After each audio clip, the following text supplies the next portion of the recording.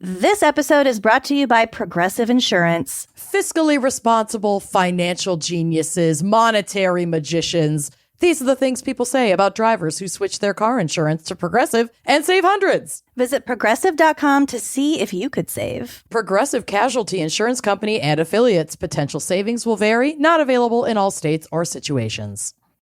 Hey, true crime fans. Tired of ads interrupting your gripping investigations? Good news. With Amazon Music, you have access to the largest catalog of ad-free top podcasts included with your Prime membership. After all, ads shouldn't be the scariest thing about true crime. To start listening, download the Amazon Music app for free or go to amazon.com/ad-free true crime. That's amazon.com/ad-free true crime to catch up on the latest episodes without the ads.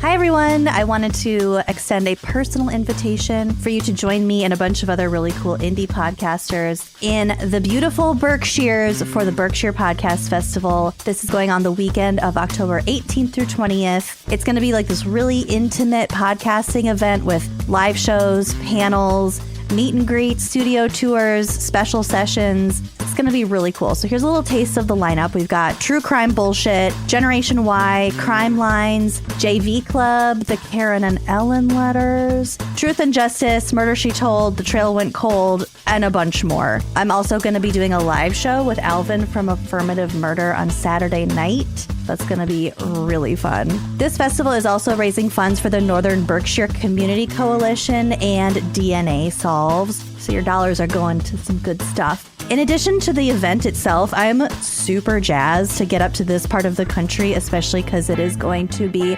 prime leaf peeping season, people. Berkshire County is in western Massachusetts. They've got a really cool art scene, lots of excellent like farm to table dining. I'm personally excited to do some antiquing with my mom because my mom's coming and just like get some solid nature time in. It's going to be a really fun weekend together, and I hope that you can join us. If you don't have tickets yet, you can use code FALLINTOTHESOUND to get 20% off. And so to buy those tickets, to see who's coming, to see the lineup and learn more about the Berkshires, go to BerkshirePodcastFestival.com, and we'll see you in October. Wine and Crime contains graphic and explicit content which may not be suitable for some listeners. Listener discretion is advised.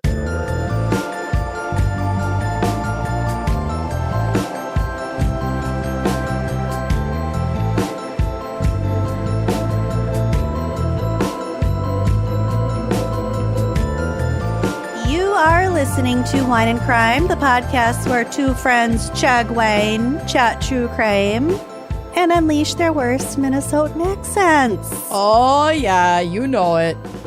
I love the shirt you're wearing today. Thank you. It's my feral cat shirt that's covered in Bean's cat hair. Mm-hmm. This is the plight of a cat owner. Everything is covered in hair. I always forget to keep a lint roller in my car. Mm-hmm. And then when I have to like get out of my car to like go into a doctor's office, let's say, I never notice. My eyes don't see the hair until I'm about to go into like a professional setting. Yep. Yeah, I'm right there with you. Anyway, I'm Lucy. I'm covered in hair. I'm Amanda. I'm also covered in hair. Not just because we're mammals. No. Because we own mammals. Yeah, we own multiple mammals. So many mammals. Okay. Today, we have a very special fan pick for you. Indeed, we do. This is from fan picker Kelly, who wants to shout out John Christ or maybe Christ Winery in Avon, Ohio. Yep. I'm on their website. They are making updates, but you can follow them on Facebook as well. Excellent. Kelly chose the topic of prison riots. Yeah, I got Kelly's fan pick story today. Oh, no. It's a lot. You know, I would expect as much with a topic like prison riots. It's a little rough, but we're going to get through it. We're going to get through it. I've got a short case for us today, and while it is also rough, I like to think it has a happy ending. All right. Well, hopefully happier than mine, at least. Yeah. Well, Yeah. You've been taking on the most brutal cases lately. Yeah, trying to step up, trying to give the people what they want at the expense of my own wellness. Mm-hmm. Yeah. I'm willing for you, Wine Coven. You're carrying that albatross. The load. I am Atlas with the world resting on my weak, unworked out shoulders. I went to my second yoga class this morning and man, it's almost humbling. Threw up, but didn't. It's a humbling experience. I remember in my 20s, one of the first times I worked out. I felt like shit after I got home, and then in the alley behind my house just barfed in the snow, and I'd had chili the night before, so it's just beans. Red. Yeah. And then I just was like, well, I'm going to cover this with more snow, because what am I going to do? Scoop this up? Whatever. No. Snow is your toilet. Yep. Snow is... Your vomit. It goes bowl. away. Your sink. I've seen this on the internet that in white culture, many grew up with a household popcorn bowl that would also double as a bedside barf bowl. Absolutely. I don't recall this from my childhood. It was Did you have the barf bowl? Yeah. Okay. It was the one plastic bowl. Mm-hmm. Yeah, and it did double as the popcorn bowl. Mm-hmm. Kind of gross. Yeah, I feel like when I was sick as a kid, we'd put a plastic-lined trash can, a bathroom garbage can by the bed. This I remember. I don't remember a popcorn bowl. Really smart to use a canister with a disposable lining. Suzanne Jacobson. She was a thinker. She's thinking, she does not want to deal with that kind of mess. No. I would have a bath towel and a bowl. Well, I don't know where that came from, but... vomiting from exercise. Yep. Okay, yep. And the exercise from Atlas, realizing I have absolutely no core strength. Got it. Now it all is making sense. We hit from our ADHD brains to yours, listeners. We hit them all. Okay, now that's out of the way, now that it was suddenly in the way inexplicably and is now out of the way. Amanda, what is our wine crime pairing for Prison Riots? Yes, well, we did shout out the John Christ /Christ winery in Avon, Ohio. So if you are local to them, check them out. I'm babysitting after this episode, so I am very slowly sipping a pineapple Truly and feeling hopefully zero effects from that. I have a wing person for babysitting, so I'll be fine. But I'm not fine. I wasn't gonna pop open a whole bottle of wine for today because A, I know that I'd have more than one glass, and B, I know that I'd have more than one glass. So I'm on my best behavior. But I figured we could talk a little bit about prison wine. In my segment today. I'm so glad you're covering this. Yes. I have so many questions. So I will do my best to answer your questions. I'm also going to share a recipe, an actual inmate's recipe. Ooh. In the US, a lot of prison wine is referred to as pruno, Pruno. And this is from Wikipedia. Pruno, also known as prison hooch or prison wine, is a term used in the United States to describe an improvised alcoholic beverage. It is variously made from apples, oranges, fruit cocktail, fruit juice, hard candy, sugar, anything that has a lot of high fructose corn syrup, and possibly other ingredients, including crumbled bread, which I guess bread is incorrectly thought to contain yeast. Oh. The bread has yeast, but it's already gone through the process to become bread. Oh, so good the point. yeast in cooked bread will it's not activated anymore. No, it won't assist with fermentation. That's a common misconception. Pruno originated in U.S. prisons where it can be produced with a limited selection of equipment and ingredients available to inmates. So you'll notice that list, a lot of those items will either be available on meal trays or for purchase at the commissary. It can be made using only a plastic bag, hot running water, and a towel or sock to like strain pulp and conceal pulp during fermentation. The end result has been, this is really rough. The end result has been described as a, quote, bile flavored wine cooler. Okay. Yeah, that was probably looks and smells exactly like a watery vomit. It looks pretty rough. It's like pretty brown in color. Depending on the time spent fermenting, which is always balanced against the risk of discovery by officers, the sugar content and the quality of the ingredients and preparation, Pruno's alcohol content by volume can range from as low as 2%, which is even less than this Truly that I'm drinking, to as high as 14%, which would be like a pretty strong wine.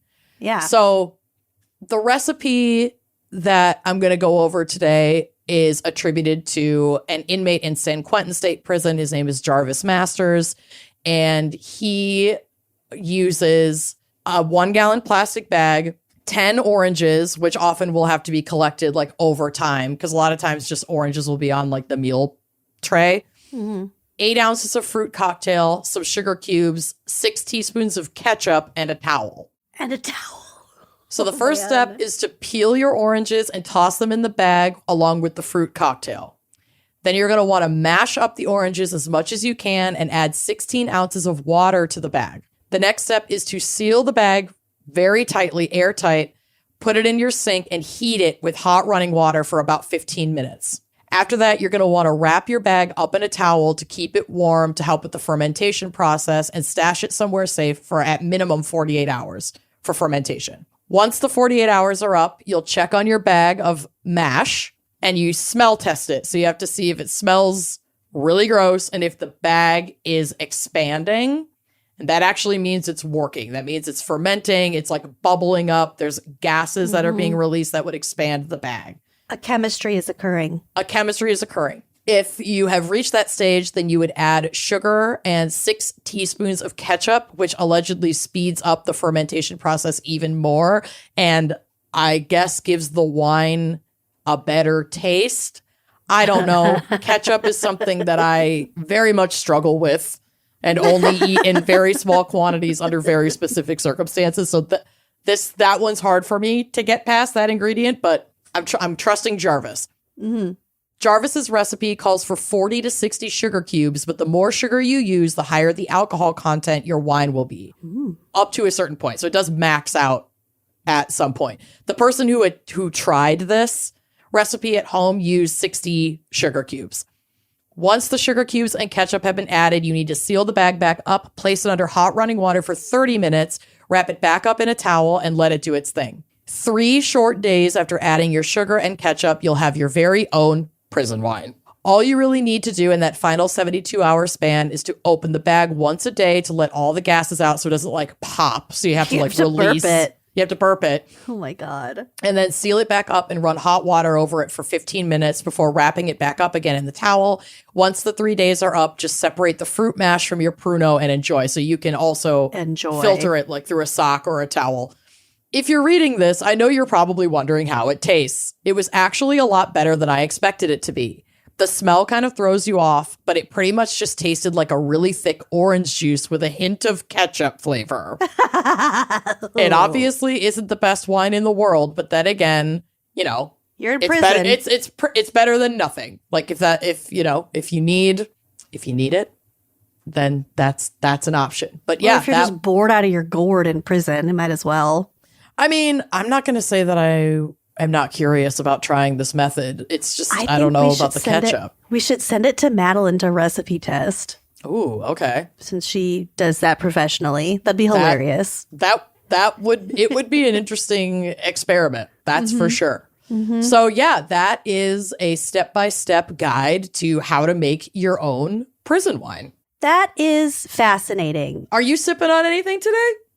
No, because I forgot it in the kitchen and I might go get it during our break. But I did want to say there is a show on Netflix and I don't remember what it's called. It might be called like The Experiment or something. Okay.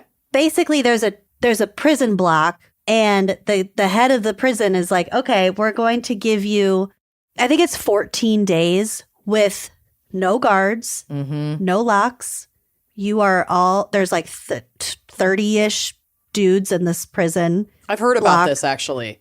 I think I've told you about it before, but they have to create their own rules and live in their society. And he said, if it works and nothing goes too wrong, this is how it can be. And it's really interesting. And some of the guys are making their prison hooch and they're burping it and bartering for all the ingredients and nervous that the guards are going to find out because technically that's against the rules, but they do it anyway.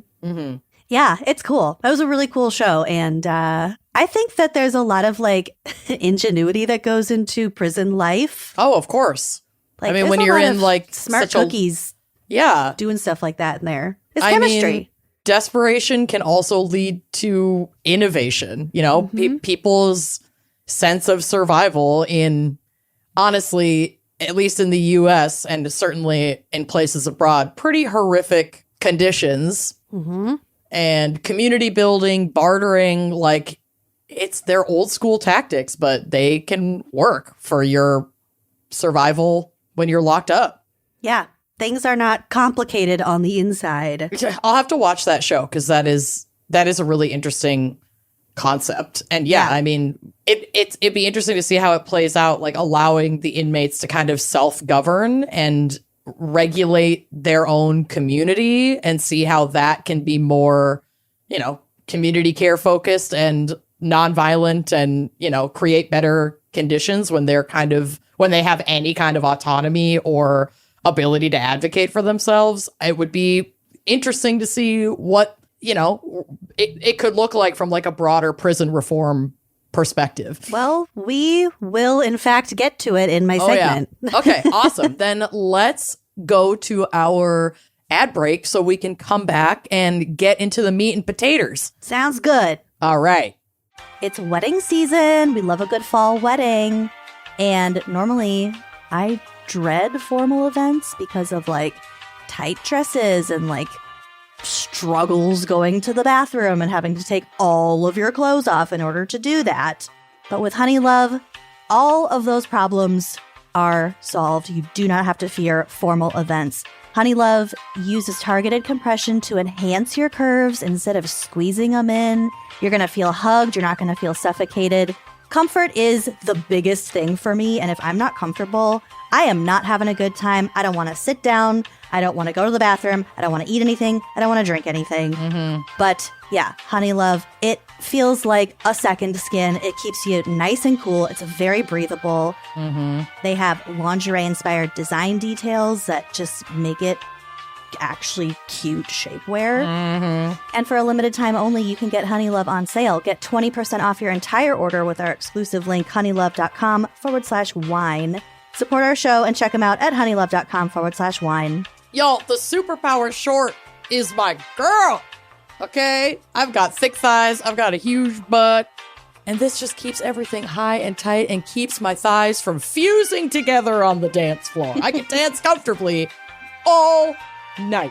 The superpower short smooths, shapes, and lifts, giving you a flawless silhouette under any outfit. You know, I'm carrying a lot back there.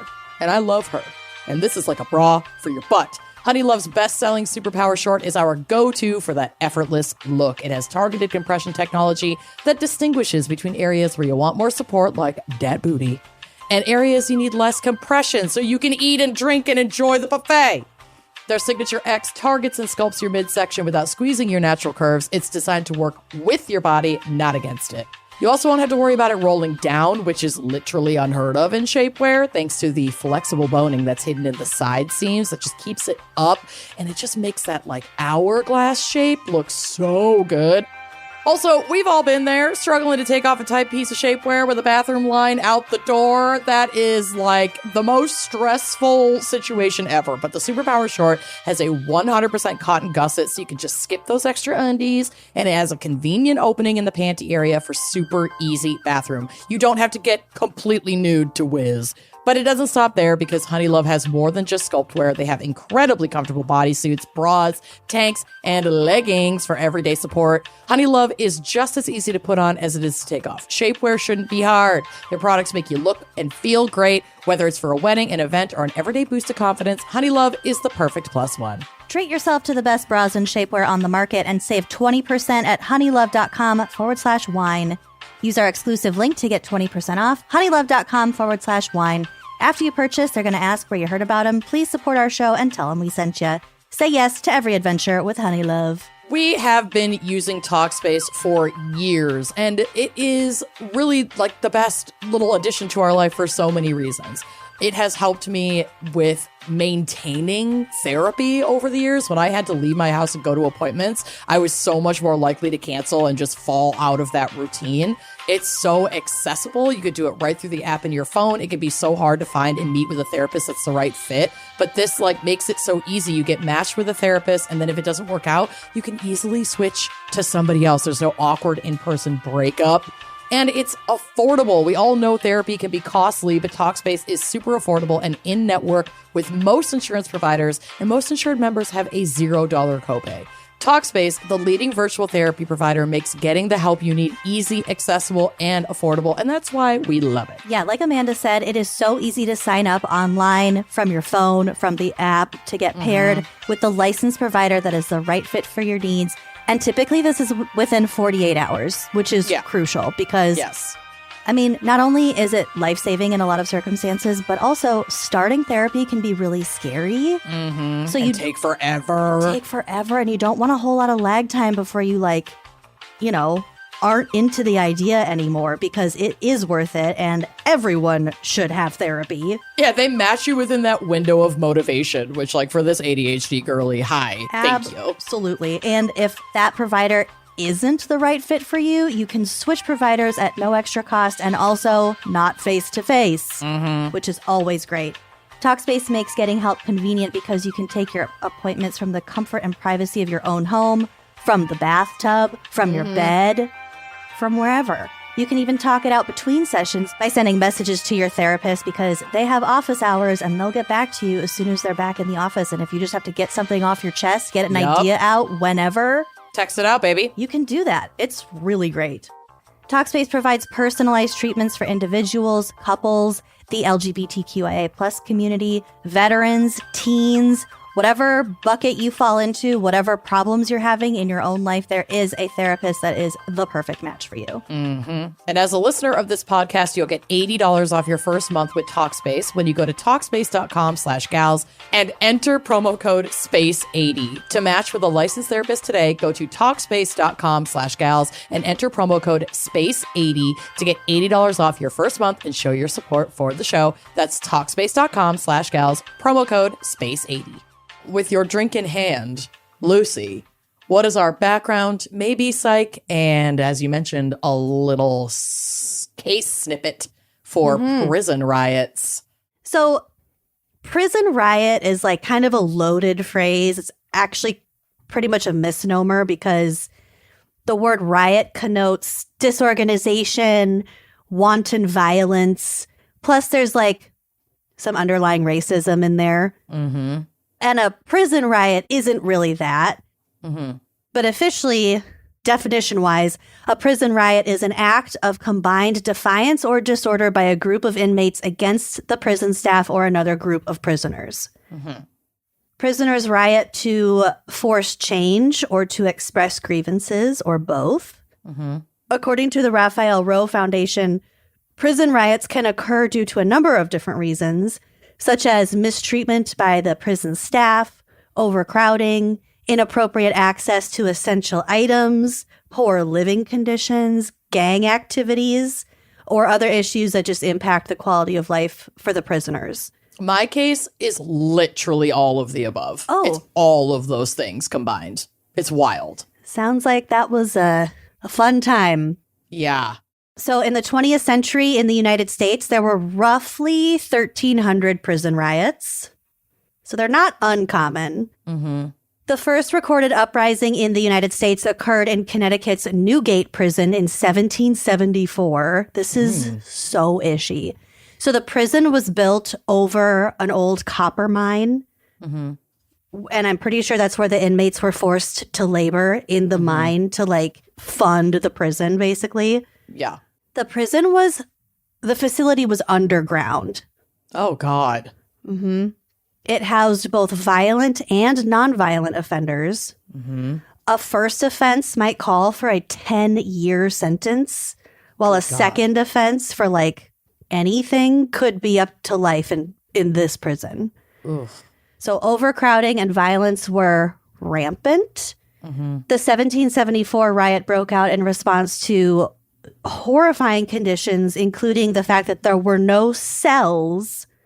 So men, women, and children were all just thrown in together. Just like sleeping in a open room. Yeah. On mattresses and cots and shit. I have no idea what their sleeping situation was, but not good. It wasn't separated by sex or age. Or even criminality. Yeah. Right. Mm-hmm. They never saw the light of day because if they got out of the prison, they were down in a fucking mine shaft. Oh my God. And this forced labor meant that they had to work and spend their days with iron cuffs on their ankles. Horrific. I didn't have a whole lot of information about this, but I'm assuming that there's, this plus like horrible like medical care and, I can't imagine anything good coming out of this. No, I mean, disease. Everything. Starvation. Just hygiene. And I mean, that kind of shit leads to violence because people are desperate to survive. Yep. So people were escaping all the time. Mm-hmm. They had like multiple fires. And then at some point, not too long after this uprising, they just decided that the meager funds they were gleaning from this copper mine just weren't we're shutting it down. Supporting the prison anymore. Plus it had burned down like a bunch of times. So they just shut it down. But that was the first one, 1774. Wow. One of the longest prison riots took place at the Southern Ohio Correctional Facility in Lucasville, Ohio. According to the Cincinnati Enquirer, on Easter Sunday of 1993, more than 400 Southern Ohio Correctional Facility inmates took over one of 3 main prison cell blocks. The uprising in the L block section ended after 11 days, with 1 guard and 9 inmates dead. The riot only ended after prison officials agreed to a list of 21 demands from the inmates. So I have a sampling of that list, and this will give you an idea of how bad things were in this prison. So one of the demands was administrative discipline and criminal proceedings will be fairly and impartially administered without bias against individuals or groups. All injured parties will receive prompt and complete medical care and follow-up. Current policies regarding inappropriate supervision will be rigidly enforced. And the FBI will monitor processing and ensure that civil rights be upheld. Yeah, they just want basic rights and care. They're not rioting to get out of prison. No. That's not what prison riots are about. They're they're rioting, quote unquote, to advocate for better conditions. Yeah, advocate for and no one expects there to be like spas and but like people gourmet are dying. Food in prison. That's not but you people don't need to dying. die. Yeah, you don't need to be killed by guards. Or from disease, malnourishment, overcrowding. Like these are deadly conditions. Yep. So like you mentioned, it would be interesting to know what a prison would look like if the prisoners were in charge. In La Paz, Bolivia, the San Pedro prison occupies an entire city block and looks onto a picturesque plaza in the middle. So inside this prison, it functions more like a city within a city than an actual prison where, you're meant to be punished and serve your sentence. From Architectural Review, quote, Inside the prison, no one is wearing a uniform and there are no guards in sight. Small businesses, workshops, classrooms, a gym, a football field, and a child care center exist. The prison was only originally meant to house 250 inmates, but nowadays it holds up to 2,000 men, which has obviously caused a lot of overcrowding. The San Pedro inmates run the prison and function as an independent community. They have their own rules, their own political systems, punishments, and they have a highly sophisticated economy. The central location in La Paz makes it easy for family visits. This is when it gets crazy. New inmates are required to purchase or rent their cells, to which they are given the key. It's like an apartment. Yeah. A price in US dollars is negotiated with an outgoing inmate and an official property title deed is drawn up. So yeah, they're signing a lease essentially. Someone's getting out of prison. They're like, okay, I'm going to lease my cell for $300 a month or I doubt it's that much, but who knows? And yeah, they draw up a lease and that's the deal. Interesting. Just like homes or apartments, no two cells are the same, so they vary in size, quality, and location. Some of them come fully furnished, and others might contain multiple people, roommates. They need jobs to survive, and they buy their necessities, and the inmates can even pay for their families to come live with them inside the prison, hence the child care services. I mean, I feel like this kind of situation would also allow for a much easier transition back into regular society on the outside. Their recidivism rate is much lower than it is in the US. Yeah, because they have decent quality of life. They have purpose. They have autonomy and control. And a lot of independence, really, considering they're in prison. Having to work and being responsible for their behavior assists prisoners with rehabilitation. This makes many less likely to later reoffend. So like I said, I couldn't find any exact stats on the recidivism rate at this particular prison, but it's a lot lower. And also, we know from thorough research and statistics that are readily available that, like, fear of being in awful circumstances, like, you know, a San Quentin or, you know, just like a horrific prison that we have in the US is not a motivator to not commit crime. Nope. Like, if you're not dealing with the root causes of pretty common crimes that will land you in prison and providing that rehabilitation and ability to have a life outside to navigate away from those core issues. Yeah. Then they're just going to keep happening. So, you know, people want to talk about how, like, wow, prisoners don't deserve to have blah, blah, blah. It's like, well, we're not, like you said, we're not sending them to fucking a day spa. Like, they still have very limited, if any, freedoms. They can't go anywhere outside of this facility. And at least in these circumstances, I feel like they are building and maintaining important skills for being able to ingratiate themselves back into society when their term is up. Yeah. I think it's really apparent just statistically and all the rest that the U.S. is not on the right track in terms of prison reform, anything like that. So yeah, hoping for some new ideas like that Netflix show to kind of come about, because I'm not saying that our prisons here should operate like the San Pedro prison. That's not what I'm saying. But some could, you know, lower security, like nonviolent. I think there are a lot of lessons that we could take from this to apply to our own prisons.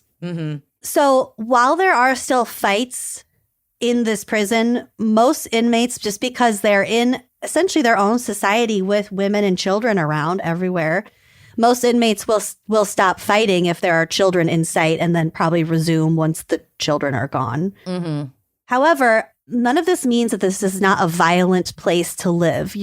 There are still violent offenders living here. There's still the whole, you know, fact that it's a prison. There's still drugs. There's still violence. There was a campaign called Don't Imprison My Childhood that sought to have children be removed from the prison. But of course, those prisoners revolted because they were, don't take my kids away. Yeah, don't want to be separated from their families. That's a tough situation. Having access to their children is a motivator for prisoners to function. Therefore, the threat of having that access removed could have been seen as punishment in itself and not just like, let's get this back to a reasonable status quo. It's like, no, I've had my kids the whole time I've been here. Right.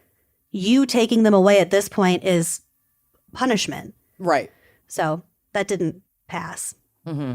So all this is to say there are few riots in the San Pedro prison, and that can be chalked up to several reasons, not the least of which is because the prisoners are already the ones setting the rules. Right. And they're able to live more or less an outside life that gives them purpose compared to being locked up in a cell. But like I said, fewer riots does not mean less violence necessarily. Well, right. And, it's also important to remember that drugs, violent crime, violence in communities and families, that's not, specific to a prison environment. Like these things exist in every society. And this is just like a small sampling of its own little society. It's like a microcosm, but it's a little bit skewed because just by virtue of it being in jail, there are it's just a microcosm of a criminal population.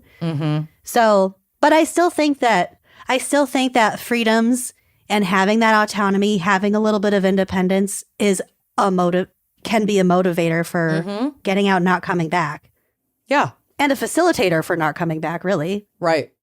Okay. And now I have a brief little case for you. Okay. So this is the story of the August Rebellion. There isn't a lot of reporting about this case because this riot took place at a female prison, a women's prison, and it just didn't have as much coverage as male prison riots. And we'll kind of get to why, but probably just because it was fairly clean compared to a lot of men's prison riots. Sure. But the Village Voice did an investigative report on the incident, so most of this information is from that.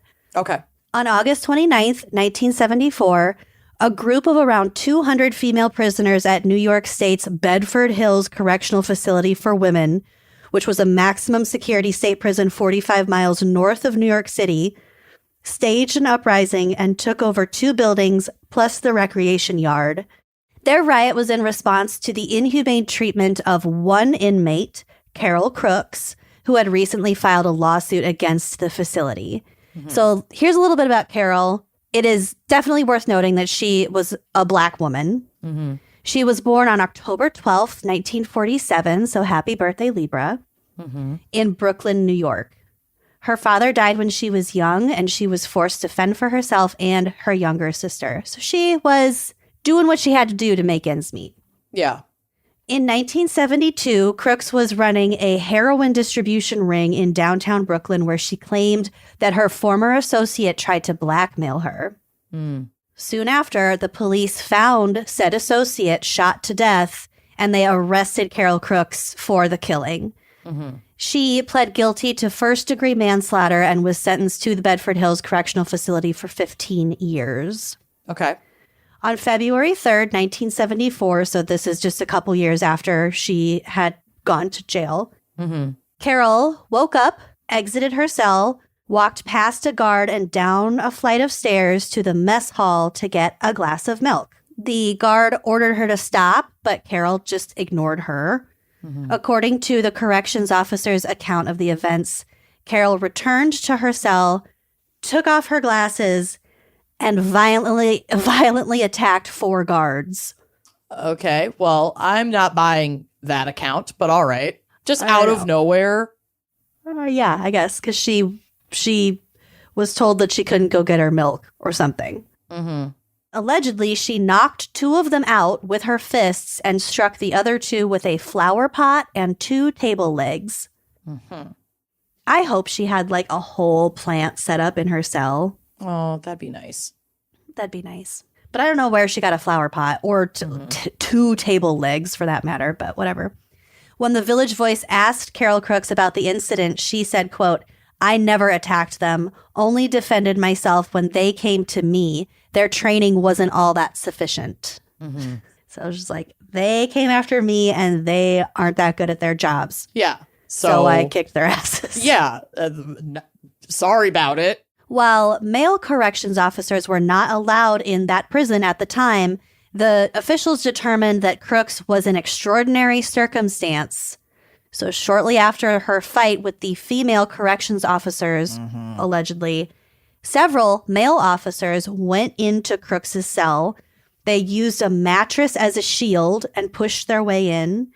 They wrapped a white sheet around her neck, tackled her to the floor, and used a leather harness to restrain her arms behind her back. Jesus. The guards proceeded to drag her across the snow to the solitary confinement cell block, where they stripped her and put her in a cell with only a toilet and a broken window. Oh, reminder, this is February in upstate New York. So it's fucking freezing. Snow is getting into your cell. Mm-hmm. Because of the events, Crooks was convicted of 3 counts of felony assault and sentenced to an additional 2 to 4 years in prison. Perhaps worst of all, she was condemned to solitary until her now 19-year prison sentence was up. Oh my God. Yeah. She would eventually gain access to things like food or blankets based on her behavior in solitary. That's sick. But it was her fellow inmates who helped Carol survive. So this cell, this solitary cell, was on the ground floor of the building, which everyone had to walk past, like on their day-to-day, routine. Mm-hmm. So people witnessed what she was experiencing to some degree. Yep. Some inmates would sneak up to the window to chat with her, sneak her cigarettes, etc. One of those people who helped her was a person named Sid Reed, who arrived in 1972 when she was 16 years old on robbery charges. Reed 16. Reed and Crooks were reportedly lovers. So Crooks is in solitary. Reed is, 18 or 19 at this time. Mm-hmm. She's like, oh, my girlfriend's in solitary, and she's like not coming out. Yeah. So Crooks and her attorney, a guy named Stephen Latimer, filed a precedent-setting civil rights lawsuit that established the rights of all women at Bedford Hills to due process of law before they were sent to solitary, terms which Crooks had been denied herself. Essentially, they were challenging the prison's practice of placing women in solitary without a hearing or 24 hours notice of charges. Mm-hmm. They won this lawsuit, which meant that Crooks could go back to the general population where she was reunited with Reed. Happy ending. Just kidding. I was going to say, there's no way. On August 29th, so remember, this is the August uprising, and this is only six months later. On August 29th, 1974, Crooks got into a fight with another prisoner. Although the fight ended quickly, authorities responded by sending in yet another squad of male corrections officers from a nearby prison. They're carrying truncheons. I don't know what a truncheon is. It doesn't sound fucking good. No. And they were wearing like riot gear. Mm-hmm. Okay, so a truncheon. Oh, it's a short, thick stick carried as a weapon by a police officer. It's like a billy club. Yeah. Ugh. So imagine a whole team of these fuckers in riot gear and their little sticks. Well, it's so fucking stupid, too, because it's like people are going to get into conflict, especially under circumstances like being in prison. And that's not to say that there shouldn't be intervention to make sure people don't get hurt. But this is just like, well, they were already wrapping it up, and now they've escalated things by sending in riot police. Because it wasn't a reaction to the fight. They were just using that as an excuse. This was retaliation for the lawsuit that she had just won. 1,000%. They wanted to punish Crooks because they saw her as a ringleader. Mm-hmm. The men went to Crooks's cell, pulled her out, handcuffed her, threw her down the stairs, dragged her outside, and then just locked the door behind them. Fuck. And the women didn't know where she went. Mm-hmm. Reed remembers that the phones were turned off as God. this squad was approaching the building. So that nobody could let anyone on the outside know what was going on. Yep. Holy shit. And they like turned off the regular lights and turned on the big spotlights, like there's something fucking happening lights. So it turns out that the men threw Crooks into the back of a station wagon and drove away. They beat her up in the back seat for a while until they came back to the prison and dropped her off into solitary. Cool. So they kidnapped and assaulted her. Mm-hmm. Great. So all of her friends, all the other prisoners, didn't know where she went. So back at the prison, the women asked to speak with someone from prison administration, but the guards ignored their requests and just told them to go back to their cells. But the women were like, no, this is super fucked. All of them refused to comply. Reed later recalled that, I love this part, that an older black female corrections officer who was supervising the cell block at the time just tossed her keys to the prisoners and peaced out. She just quit on the spot. Here's the keys. I can't blame her. This is I fucked. mean, you don't want to be part of that. So, of course, the women let themselves and each other out, and they were soon just everywhere, opening doors, grabbing more keys. They took things over pretty quickly. So different reports say very different things. Like I said, this is a riot at a women's prison, and I just couldn't find out a lot of super solid information. So one source says that the prisoners killed 7 guards and that 25 inmates were injured, and the prisoners took over for 2.5 hours. Another source, which it's worth noting, the other source is womenandprisoners.com, says that the inmates only took hostages but did not kill anyone. The day after the rebellion, a spokesman for the Department of Corrections told United Press International that the women had taken 7 hostages, and those were 4 guards, 2 sergeants, and a nurse. Yeah.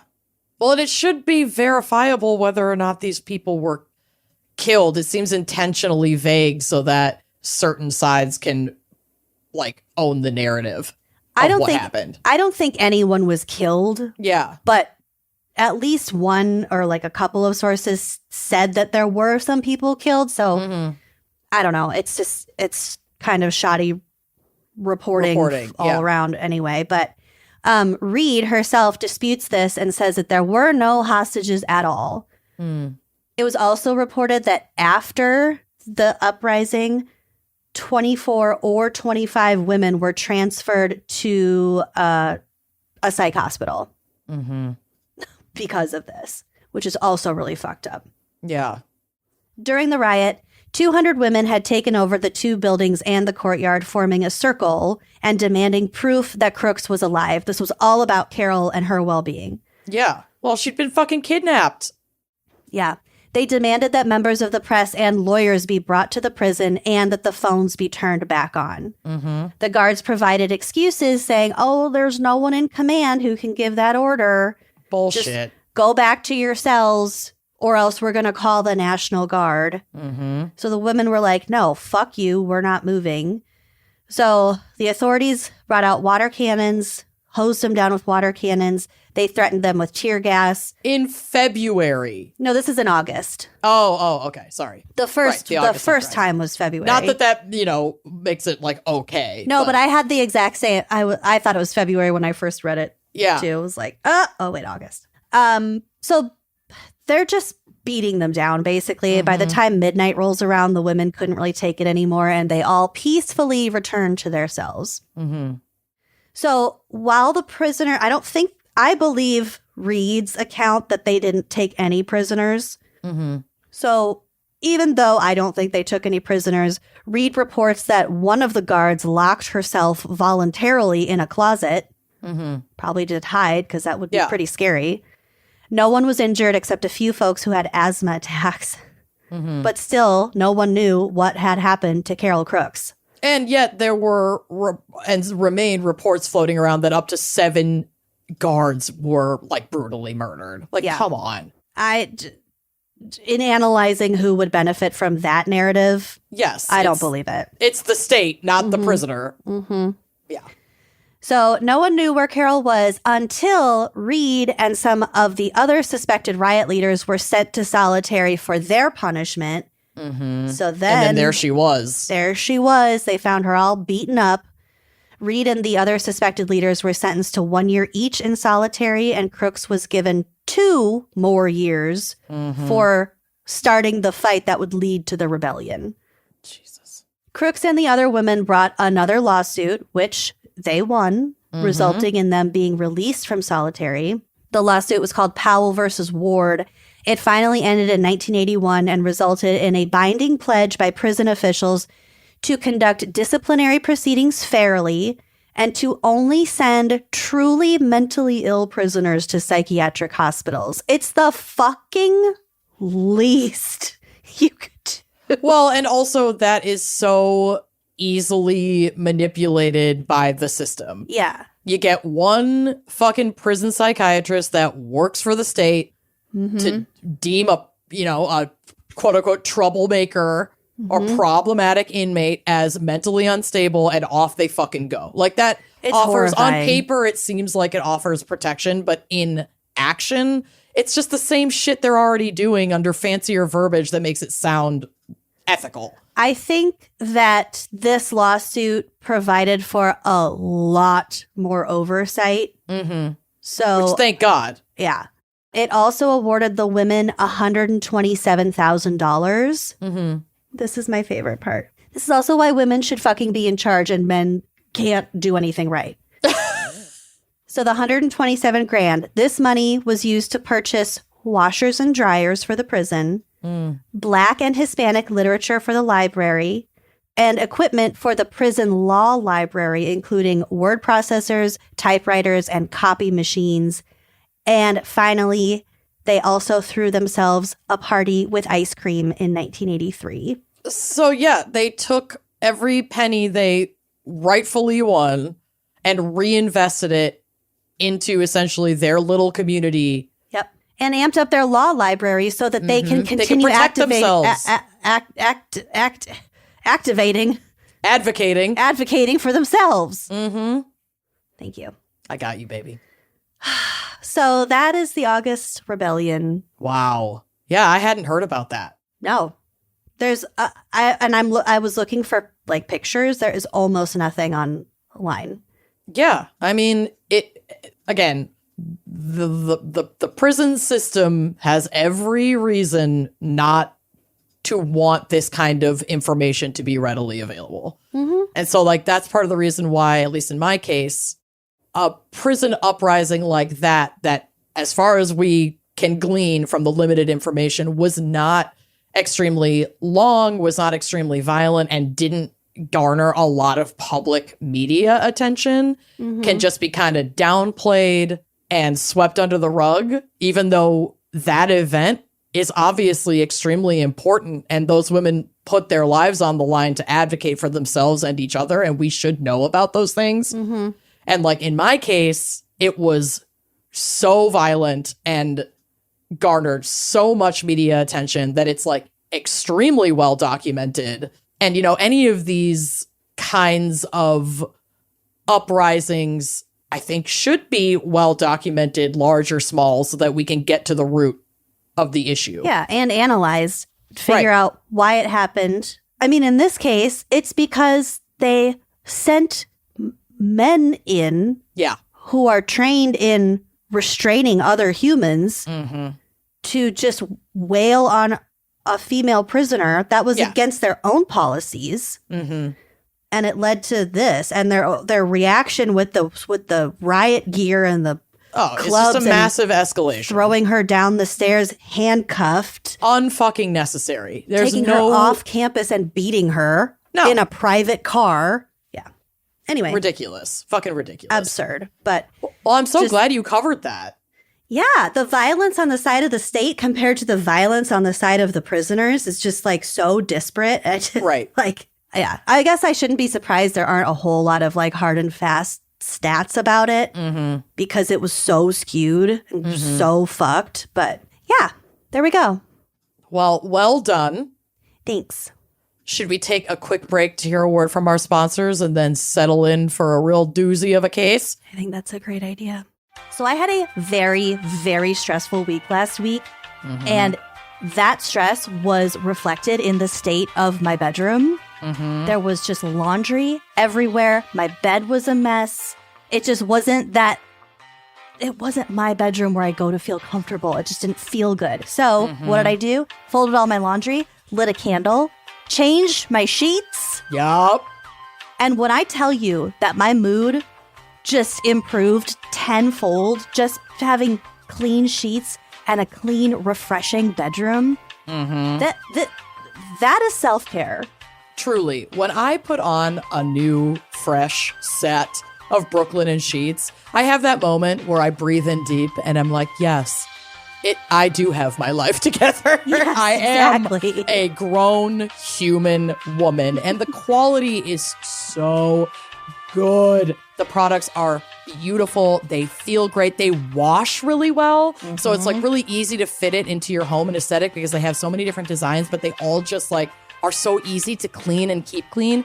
Brooklinen's super high quality products have been tested and awarded by experts, including Good Housekeeping, GQ, Wirecutter, and more. And Brooklinen has over 200,000 5-star reviews and counting. So you don't even have to believe us. This is just the truth, baby.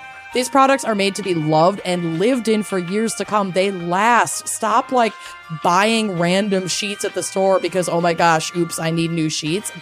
Invest in some nice sheets that are going to last you through each wash and each season. They offer everything you need to style your dream bed with layers and textures. You can get throws and blankets. It's just like the best. Check them out. So refresh your space today with Brooklinen's award-winning textures, layers, and home essentials. Visit in-store or online at brooklinen.com. That's BROOKLINEN.com. Get 15% off your first order today.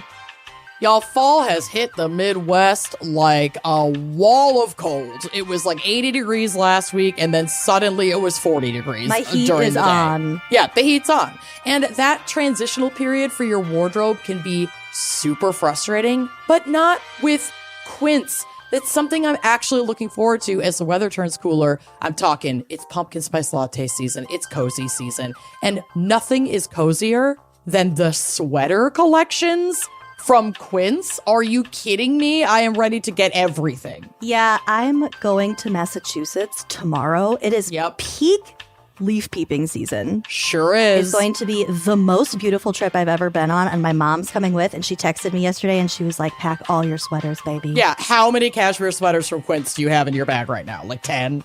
I'm not joking, 6. And I'm only going for 4 days. Yeah. But that's just how good their clothes are. Quince is known for their Mongolian cashmere sweaters from $50. Whew. Mongolian cashmere? Hello. That just sounds gorge. so luxurious, and it's for $50. And it's not just that. All Quince items are priced 50 to 80% less than similar brands. So that includes gorgeous leather jackets, cotton cardigans, super soft denim. You know our lifelong struggle with denim. Yep, you're speaking my language, baby. Yep, and so much more. Their jewelry. Sorry. Gorge. My favorite necklace. I wear it all the time. And how are they able to do that? By partnering directly with top factories and cutting out the cost of the middleman, which passes the savings on to us. And my favorite part about this company, Quince only works with factories that use safe, ethical, and responsible manufacturing practices. And of course, premium fabrics and finishes with that luxury feel in every piece. So get cozy with Quince's high-quality wardrobe essentials. Go to quince.com/wine for free shipping on your order and 365-day returns. That's QUINCE.com/wine to get free shipping and 365-day returns. Quince.com/wine.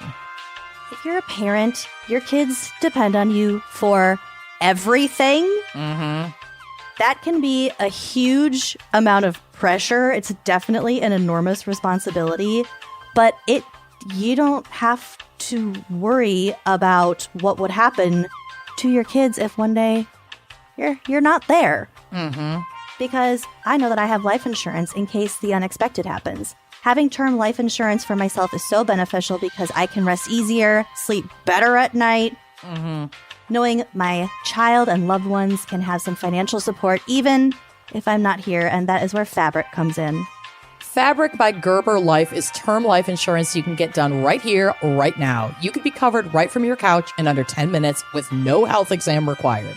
If you've got kids, and especially if you're young and healthy, the time to lock in low rates is right now, baby. If you have life insurance through your employer, it may not offer enough protection for your family and may not follow you if you leave your job. Fabric has flexible, high-quality policies that fit your family and your budget, like $1 million in coverage for less than $1 a day.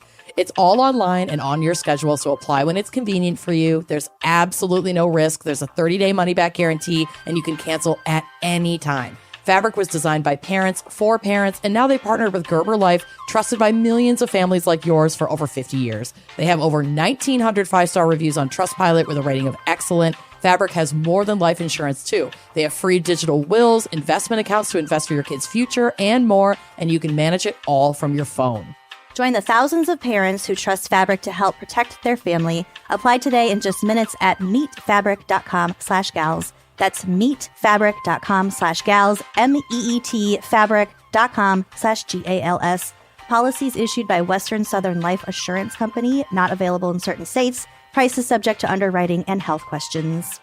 Are you ready for my case? No. Okay, yeah, that's the right answer. But again, I have been blessed with the fan pick this week. Like I said, it's a doozy.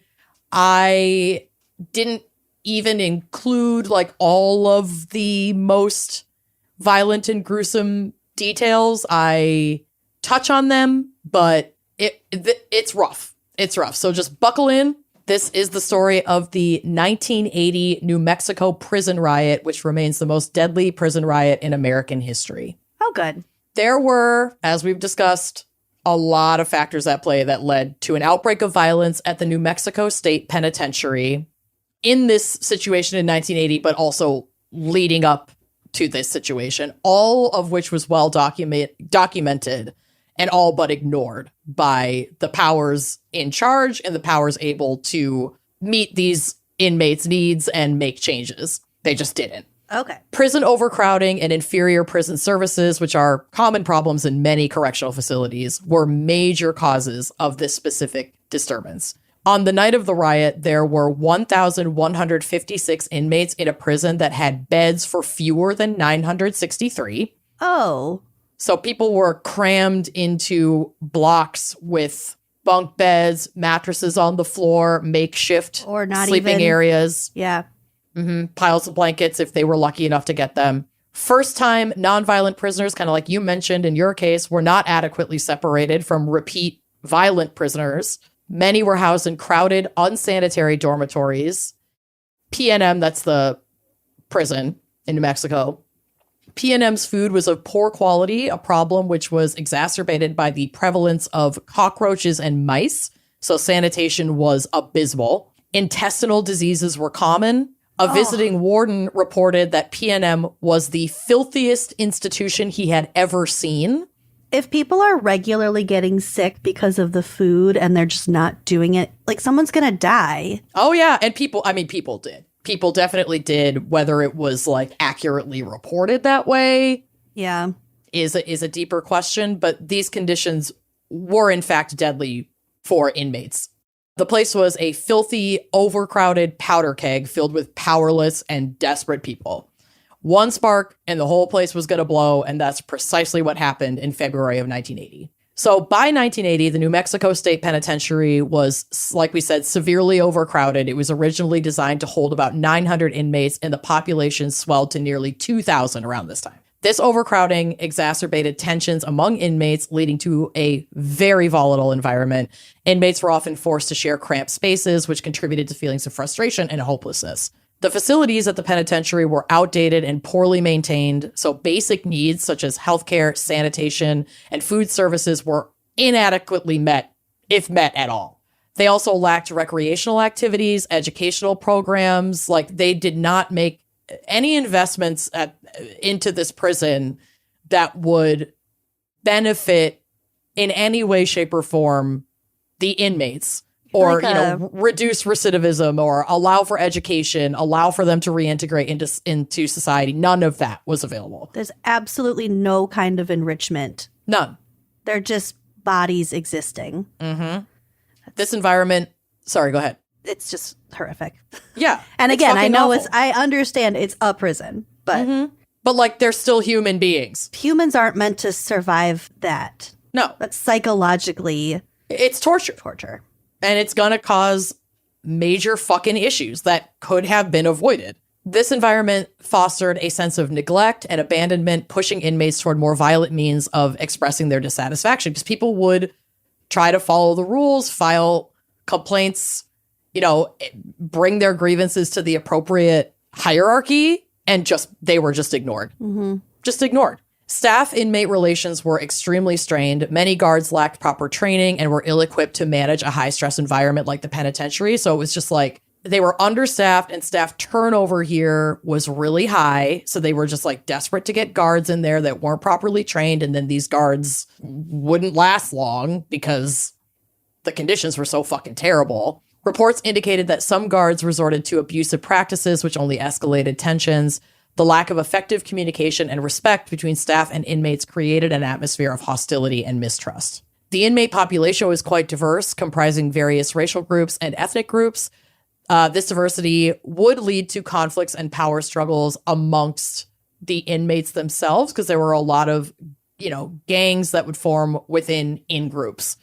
So these tensions were compounded by the overcrowded conditions as rival factions were forced into close proximity, leading to violence and further unrest. The security measures in place at the penitentiary were insufficient at best. Following a change in prison leadership in 1975, the penitentiary experienced a shortage of trained correctional staff. The facility was understaffed and many guards were inexperienced. This lack of personnel and training made it difficult to manage the population, the growing and overwhelming population, effectively. Angry population. Of course, yeah. Yeah.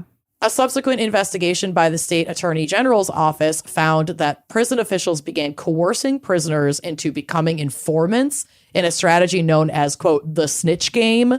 The report said that retribution for snitching led to increased incidents of inmate-on-inmate violence at the prison in the late 70s.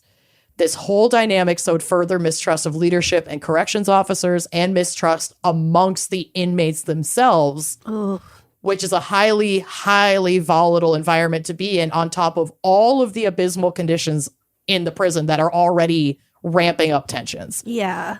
Additionally, the physical layout of the prison allowed for pretty easy access to not just weapons, but like tools that could be used in an uprising. Like so it was near like the woodworking shop or something like that. Yeah, and it was really common, I guess, for certain areas of the prison to just not be locked. Smart. Yep. So when opportunity struck, it was fairly easy for inmates to overtake guards and arm themselves. That's so scary. Yeah. I'd lock myself in a fucking closet too. Yes. There were, we'll get to the folks who didn't want to participate, and there were plenty, but this was a fucking nightmare long before this uprising even started. I feel like as a prisoner or a guard, a prison riot would be a pretty tough thing to sit out. Oh, I mean, yeah, it would be terrifying. You'd have to hide. That would be my instinct. Yeah. The uprising was sparked by a combination of grievances and specific incidents leading up to the event. In the weeks prior, there were reports of increased tensions between inmates and staff, as well as dissatisfaction with the prison's handling of inmate requests and grievances. When people are desperate and their most basic human needs aren't even close to being met, on top of them being used as pawns in like prison politics and investigations, like this snitch game shit. Like, yeah, that's I don't know sick. what y'all fucking thought was going to happen. Yeah. But doy. Like the red string from the clusterfuck of issues that led to this moment is so clear. Yeah. And it was so well documented. It is and just nobody intervened and made any improvements. Yeah. And a lot of people died. The leadership within the prison was criticized for its inability to recognize and address the growing tensions among the inmate population. Now, I don't think it was an issue of them not recognizing the tensions. It's pretty clear that they just didn't give a shit about the inmates, and we'll kind of get to it. Like, this system didn't, and the people working in it did not see them as human, had no intention of improving the conditions whatsoever. They'd been asked to through the proper channels many times. Again, it was well documented how horrific this place was for well over a decade. And the powers that be just wouldn't spend the money to make any kind of fucking improvements. Because people at the top, it's, you know, our prison system is privatized. People at the top are making money off of cheap labor, and they don't want to invest that money back into the conditions of the prison. You want to keep it as cheap as possible, keep your bottom line low, and it's just like using people as commodities. It's super fucked up. At minimum, there was a failure to communicate effectively with both inmates and staff regarding safety protocols and grievance procedures, and this breakdown in leadership contributed to a sense of chaos and instability within the prison for years. There had also been major incidents at the prison before the riot of 1980. So a rundown of one in particular from Wikipedia says, quote, in 1967, a work strike was organized by inmates as a response to the prison's poor conditions. In an attempt to subdue protesters, Deputy Warden Robert Montoya authorized the use of tear gas against the striking prisoners. So they were prisoners who just weren't doing their prison jobs? Yep. And therefore not making the prison money? Correct. So they went on strike because their conditions were fucking abysmal, and they wouldn't participate in activities that were benefiting the prison and generating profit that they didn't see any reward for. And the response was, well, tear gas them and beat the shit out of them. Okay. As they exited the dormitory coughing from the gas, they were stripped naked and run nearly 100 yards down the central corridor through a gauntlet of officers who beat them with ubiquitous axe handles. Called the Night of the Axe Handles, the incident was corroborated by several eyewitnesses, including some officials themselves, and resulted in serious injuries as well as a federal lawsuit, which as of 1982, so 2 years after the uprising, was still pending, in naming Deputy Warden Montoya and a senior guard captain among the assailants. Wow. After this violent response to prisoners' concerns, one inmate, a man named Dwight Duran, was prompted to draft a 99-page handwritten civil rights complaint to the U.S. District Court of New Mexico, which was called Duran v. Apodaca. So I'm not sure, a representative of the prison, I would imagine. Later to become the Duran Consent Decree. There was ample evidence from over 10 grand jury investigations between 1977 and 1979 about the conditions at the penitentiary, but the PNM administration resisted the changes and the legislature refused to allocate the necessary funds to make the changes. The last time the U.S. District Court grand jury ordered improvements was in 1979, which was only 2 months before the riot. So they only ordered these improvements because things had gotten so awful that they couldn't ignore them anymore.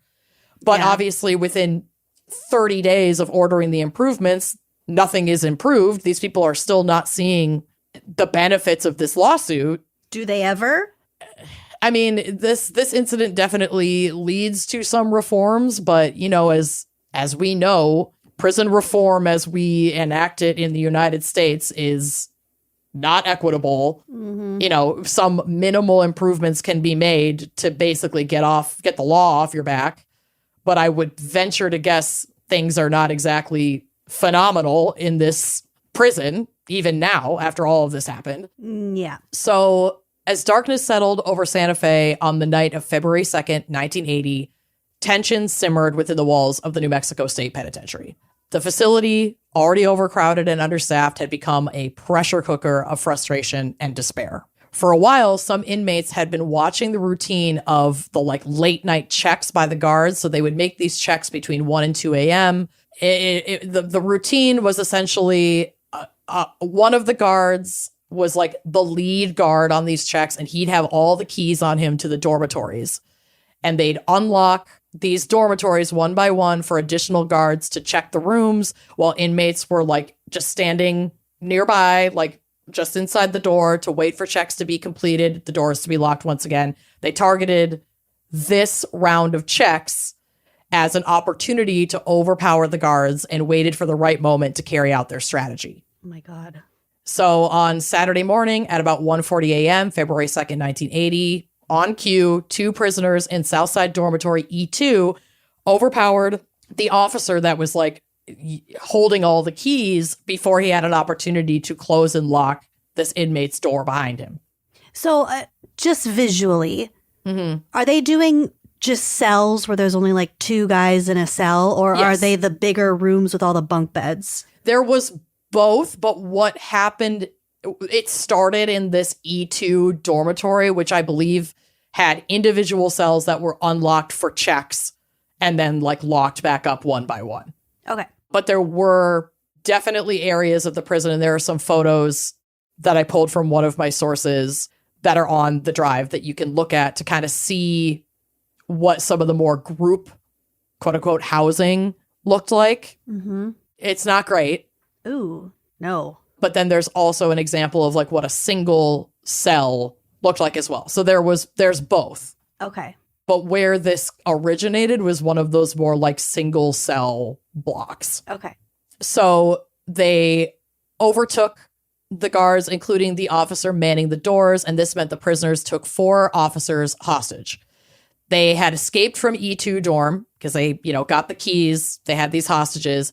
They rushed out and overpowered the other officers that were engaged in trying to shut down the cell blocks at the south end of the prison. So they're trying to like get ahead of this escalation, but there's way more inmates than there are officers. Mm-hmm. And their doors in this cell block are unlocked for checks, and they're just pouring out and taking this opportunity. Officers Larry Mendoza and Antonio Vigil, who were eating breakfast in the officers' mess hall, heard men's voices in the main corridor.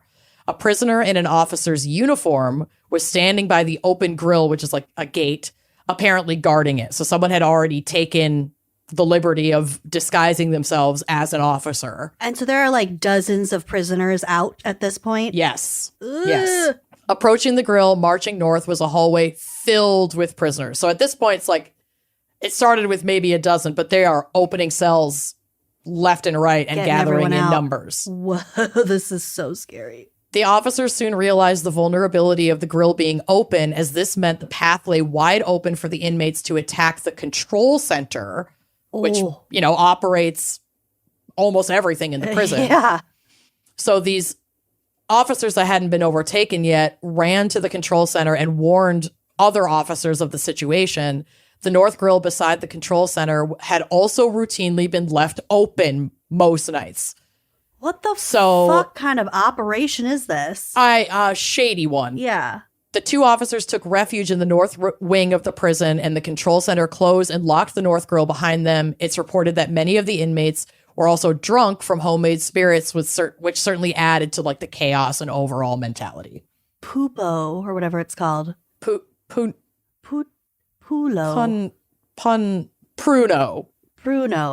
Pruno. Like Bruno, but with a PR. So as the night deepened, the prison transformed into a full-blown battleground. Inmates barricaded themselves into various units, taking more than 50 hostages, which included guards, staff, and other inmates who had been caught in the crossfire, and also inmates that were targeted because we're about to get to it, but there was like a specific wing that was segregated for certain prisoners, and it was full of people that had been involved in the quote snitch game. So they're in danger of violence from other prisoners for giving intel. Fuck. A sense of both fear and exhilaration coursed through the ranks of those who had seized control. They lit fires, creating a thick haze of smoke that hung in the air, a visible marker of their rebellion against a system that had long neglected them. And events spiraled out of control within the cell blocks, in large part due to the actions of 2 rival gangs. The first were the Chicanos, who protected each other and dished out targeted retribution for specific grudges. Like, that was kind of their thing. The other gang, pause for surprise gasp, was the Aryan Brotherhood. Oh, wow.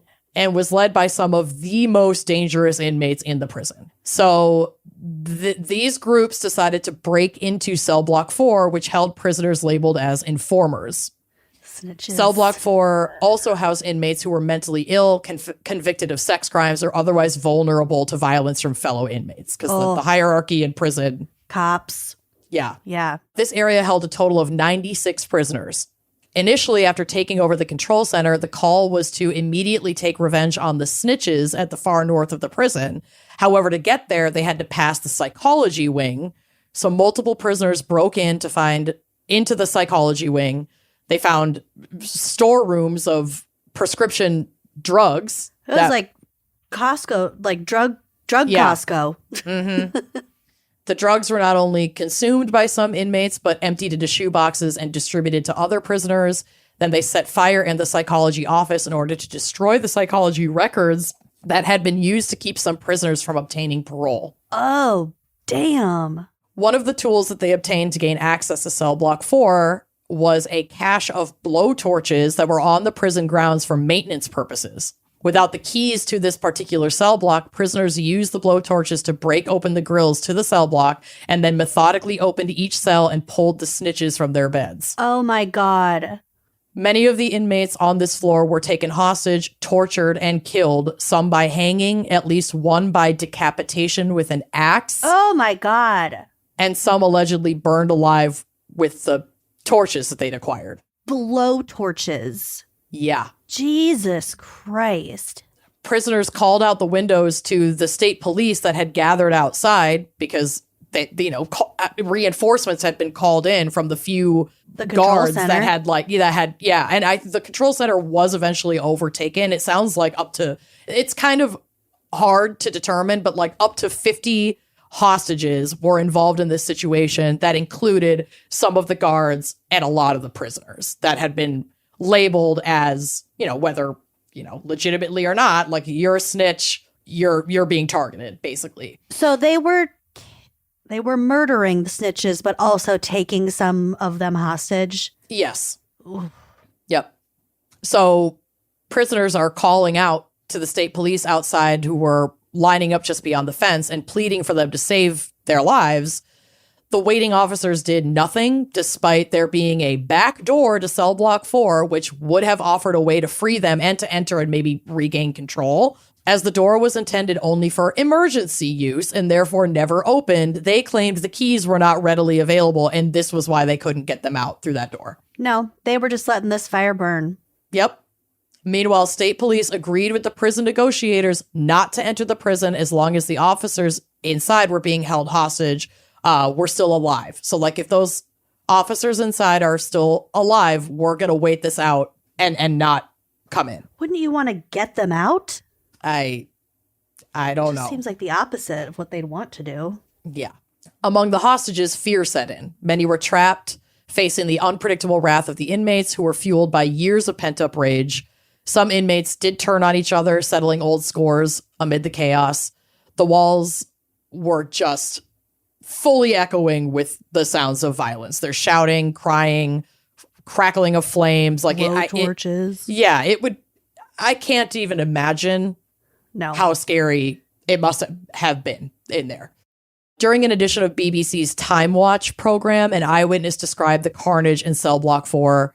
They said they saw an inmate held up in front of a window and he was being tortured by using a blowtorch on his face and eyes until his head exploded. And they did this like in the window so that the officers outside could see what was happening. Oh my. Yeah. Another story was about an inmate named Mario Urioste who was jailed for shoplifting. So not even a violent crime. He was originally placed by officers in a violent unit where he was gang raped by 7 inmates. Oh my God. He had filed a lawsuit against his rapist, so prison officials had housed him in cell block 4, that like protected area, for his own protection. But then because of that lawsuit against his inmates who assaulted him, he was targeted for revenge. And he was killed in this uprising. His body was found hanged with his throat cut and his dismembered genitals stuffed into his mouth. Oh my God. Now, I want to be clear. I am not by any stretch of the imagination defending, condoning, or trying to justify the violence that took place here. And it could have been avoided. It's important not to give into inhumane and racist stereotypes about incarcerated people, but we also have to hold the context of how things escalated to this point, because that matters. And the cops who are just sitting outside. Precisely. So all of that matters in instances of violent retaliation anywhere in the world. And these people were pushed to the brink. Many of them were also drunk, and their most violent tendencies. Up on medications. And yes. And again, it's horrific what played out here, and I'm not okay with what played out here. And it could have been avoided had the state actually stepped in to alleviate the issues within the prison walls that led to this riot. So I just wanted to clarify that. Like, it's beyond horrifying what happened to these people. It's beyond horrifying the violence that took place here. And it's beyond horrifying the conditions that created this environment that allowed this to happen. I mean, I think likening it to a pressure cooker like you did before was pretty accurate because it's... Yes, it's going to fucking blow. But the pressure doesn't come from nowhere. And it's just over so much time. I mean, the state was, I don't know, they knew. Say just as violent in some ways towards these prisoners just over decades. Mm-hmm. Ew. Ugh. Yep. Hundreds of prisoners who refused to participate in the riot had huddled outside in the prison yard as tight to the fences as possible to stay like close to state police and National Guard who had been called in. And they were left there without food or water in the February cold.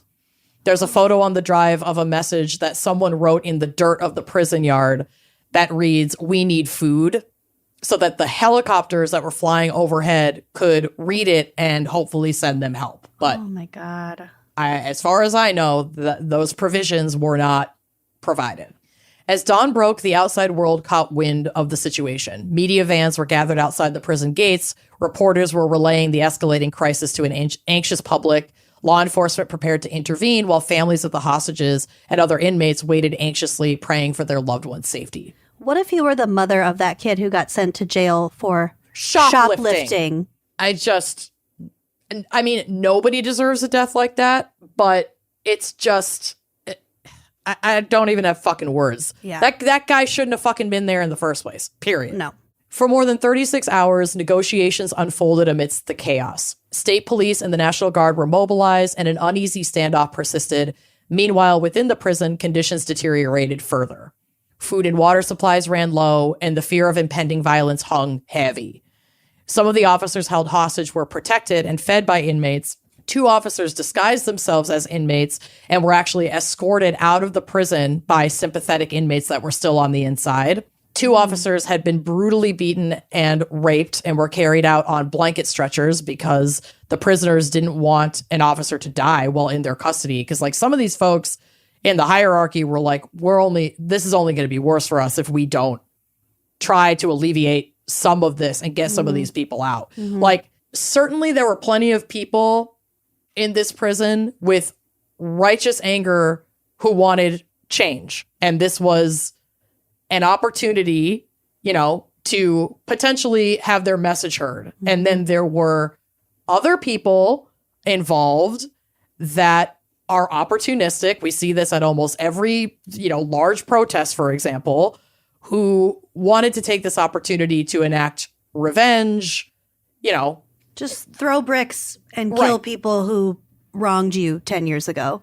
Yep. So there are lots of different volatile motivations at play here. And some folks are just trying to survive and trying to help within this really horrifying situation. 7 officers suffered severe injuries. Quote, one had been tied to a chair. Another lay naked on a stretcher, blood pouring from a head wound. Negotiations broke off Saturday evening and resumed in the early hours of Sunday morning. The negotiations were not recorded, and the government negotiators' strategy was to win control of the prison by stalling and just trying to let other prisoners that were being helpful in getting some of these guys out continue to do their job and just kind of putting off meeting any of their demands until they basically tired themselves out and ran out of supplies and food. On February 3rd, the decision was made to regain control. Armed with riot gear and a determination to restore order, law enforcement stormed the facility. The assault was swift and brutal. They moved through the smoke-filled halls, confronting inmates who had barricaded themselves into various areas, mostly for their own protection. There were a lot of people who didn't want anything to do with this and were targeted and just were trying to hide and survive. That's you and I hiding in our cell. Yes. With our mattress over the door. Yep. The sound of gunfire and shouting filled the air as the authorities fought to reclaim the prison. Official sources state that at least 33 inmates died. Some overdosed on the drugs that were stolen from the psych wing. Oh. While others were murdered. So 33 total, not just 33 in the cops retaking the prison. No, and I don't think any of the prison guards died. I think it was just inmates that had died. Because during the violent night. During the violence. Yep. Okay. You know, because there was such a large faction, like kind of this whole thing was taken over by these two prominent prison gangs, and many of whom used the opportunity to enact revenge against these inmates in cell block 4 who were deemed as snitches or had other, reasons to be targeted. Beef. Yep. 12 of the victims had been housed in the protective custody unit, so block 4. Of the deceased, 24 were Hispanic, 7 were white, 1 was an African American, and 1 was an indigenous man. In comparison, the inmate population at the penitentiary of New Mexico during this time was 49% Hispanic, 38% white, 10% black, and 3% indigenous. However, it is believed that the death toll may have been higher as a number of bodies were incinerated or dismembered during the course of the event, and the aftermath left so much chaos and destruction. There's a couple pictures on the drive that they had criminal justice students from a local college that were helping sift through ashes and refuse, trying to find human remains to get an accurate count of everybody who had been killed. So we know for sure that 33 people died, but it is possible that there were more that were unaccounted for.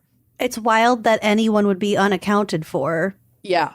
But, think about the conditions, the overcrowding, the lack of oversight, Yeah, and those fires probably destroyed some records. Some records were destroyed. It was chaos, and it was already pretty chaotic leading up to this event. We don't know how, perfect that record keeping was. That's so sad. So we don't know, but it's certainly possible. The aftermath of this event left a haunting silence over the facility.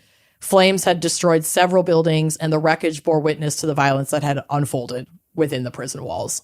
In the wake of the riot, investigations began exposing the deep-seated issues that had contributed to the uprising. Reports revealed plentiful systemic failures, overcrowding, inadequate staff training, poor living conditions, everything we mentioned at the top, that had fostered an environment ripe for violence. The tragedy of the New Mexico prison riot would resonate far beyond its own walls, igniting calls for reform within the state's correctional system. Before and after the riots, Governor King's administration resisted attempts to reform the prison. One federal lawsuit that had been filed was, as we said earlier, handwritten by inmate Dwight Duran. Oh my God. He lost an inmate friend that he had known since childhood after being beaten by guards for 4 years before the riot. So For 4 years? Yeah, consistently. And this guy died. My God. He was eventually beaten to death. And that's what inspired Dwight to file this suit. And even though his case was not supported by the U.S. District Court, actual reforms were held up by negotiations for almost 2 decades.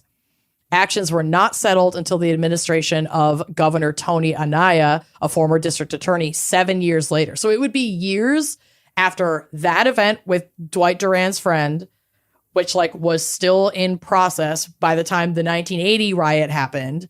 His case didn't even really make it anywhere until the mid 80s. And then they were still fucking picking their butts and basically trying to find ways to kick this can down the road for the better part of a decade after this whole thing went down. Much of the evidence in Dwight Duran's case was lost or destroyed during and after the riot. Some of that just from the natural destruction of things in an event like that. But it's not out of the realm of possibility that other stuff could have been destroyed and just blamed it was on. Lost. Yes. Mm-hmm.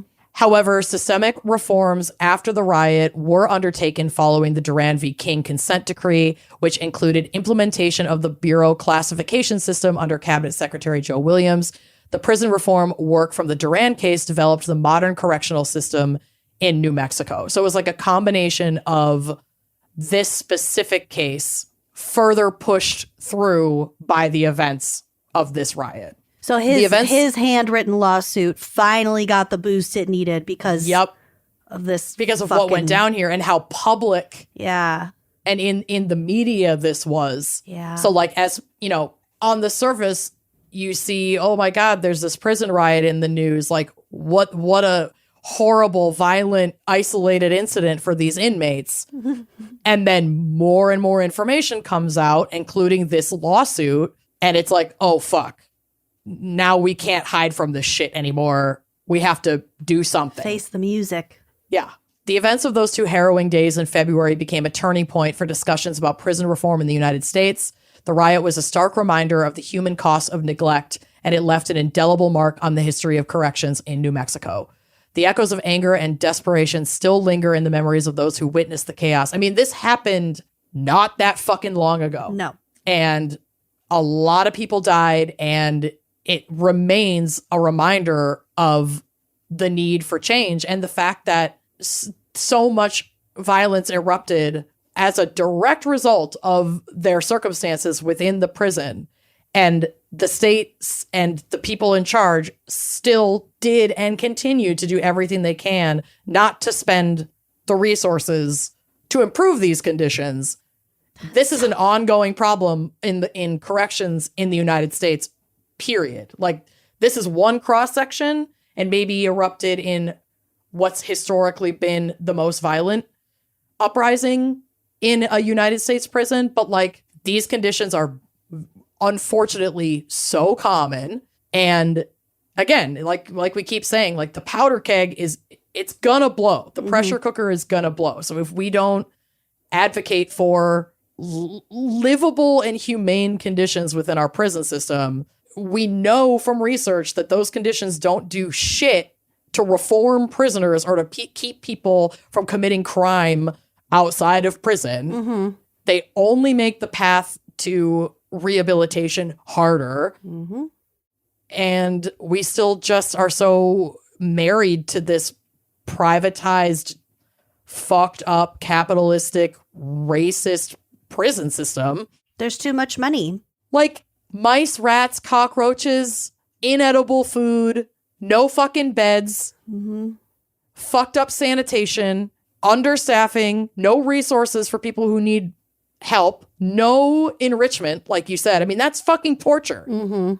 That's just pile all these people in a cage and they can share one book and fight over a loaf of bread and a pot to piss in. That's basically what they were operating under. And then and the bread is moldy. And then we're surprised when informants that are kept in safer conditions are targeted by angry and neglected inmates. Like, we're creating the conditions that allow this shit to happen. So that was a tough read. I'm glad that we have the opportunity to share these stories and talk about this stuff because it's still happening. These conditions are prevalent. But, you know, it's something to be paying real attention to. Just because you may not know anyone who has been in prison, or maybe you've never been in prison, like the way that our justice system works, it could be any one of us at any fucking time for any fucking reason. Or for no reason. Exactly.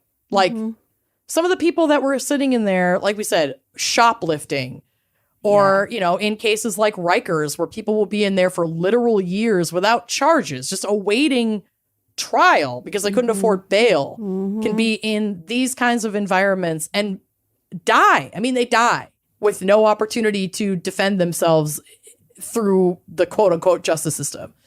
Yeah. It's not good. It's not good. It's not fucking good. It's not fucking good. So, well, as always, research down your ballot when you're voting, because obviously it's like voting is not a Band-Aid fix, but like knowing what judges do research on the judges that you're voting for. There are elections for police officers, sheriffs, coroners, apparently.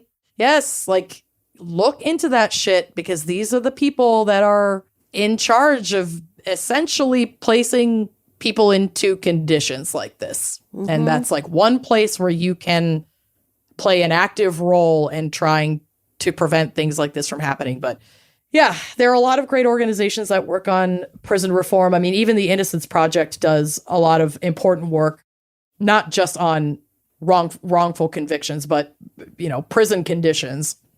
So get connected with resources in your area and get involved because nobody benefits from this shit. Nobody does. No, not my mental health either, for sure. Nope. Also, that Netflix show is called Unlocked. Got it. Okay, I'm definitely going to watch that over the weekend. It's very good. Well, thank you for that. And for teaching us how to make prison hooch. Yep. Mm-hmm. And thank you, listeners, for tuning in this week. And if you feel like returning next week, we'll be here. And thank you, Kelly, our fan picker. Yes. For giving us this topic this week. Yeah, it's brutal, but it's important. It's very to important. Talk about this shit. Mm-hmm. So, all right. Well, thanks for listening, and we'll see you next week.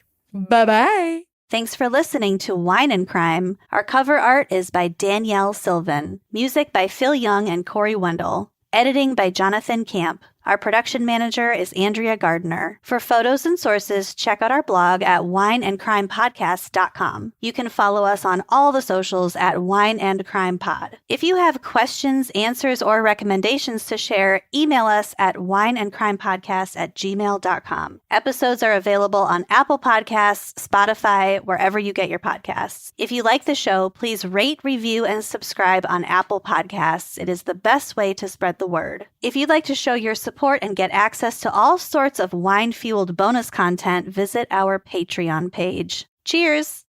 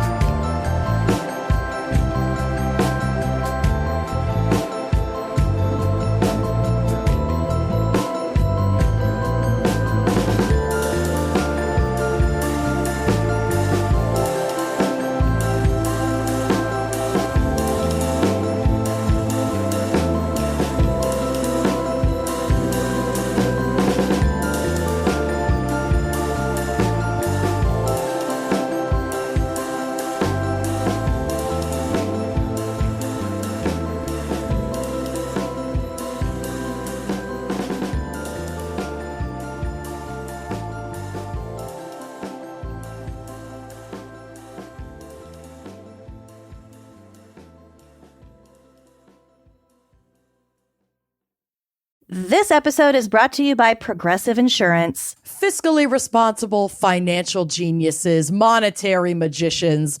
These are the things people say about drivers who switch their car insurance to Progressive and save hundreds. Visit progressive.com to see if you could save. Progressive Casualty Insurance Company and affiliates. Potential savings will vary, not available in all states or situations.